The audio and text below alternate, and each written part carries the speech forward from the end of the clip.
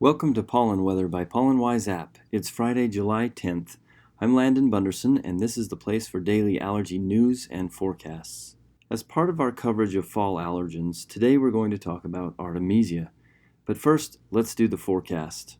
For the pollen highs today, we've got levels creeping up in a number of cities. Bay Area, California, Phoenix, Salt Lake City, San Antonio, and Atlanta may all see very high levels today. Eastern U.S. in general is still looking quite good for pollen. On top of that, the East Coast mold highs today are looking amazing, and by that I mean quite low. Meanwhile, New Mexico and Utah are seeing very high conditions. Looking at precipitation overlaid on top of pollen, the large storm that crossed the northern Great Plains is now moving into the Great Lakes region and should clean up the air nicely. Western Nebraska, you've also got a big storm that will bring severe weather and heavy rain. Air quality in Southern California, Southern Nevada, and Northern Utah is quite poor, and as I mentioned, while the Great Lakes air is poor, the rain will start to clean that out today. And when it comes to temperatures, very hot throughout much of the South. The dog days of summer are definitely here.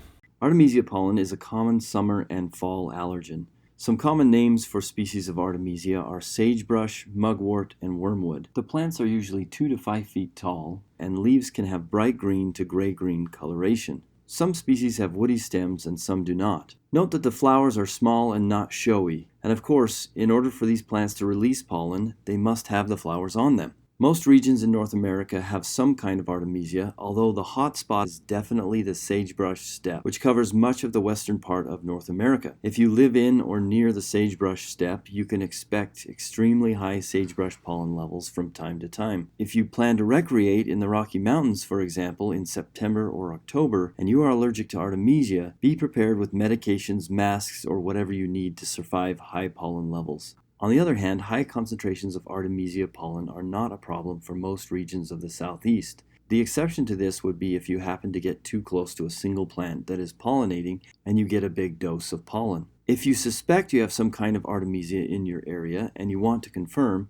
try out PlantNet, the Plant ID app. It's simple to use. You take a picture of the leaves or flowers of the plant in question, choose the plant part you took a picture of, and the app will instantly give you the top matches. The app provides pictures of top matches to compare your plant with, and they also provide scientific and common names for the plant. If you need help with identification, comment below or email us at info@pollenwise.com.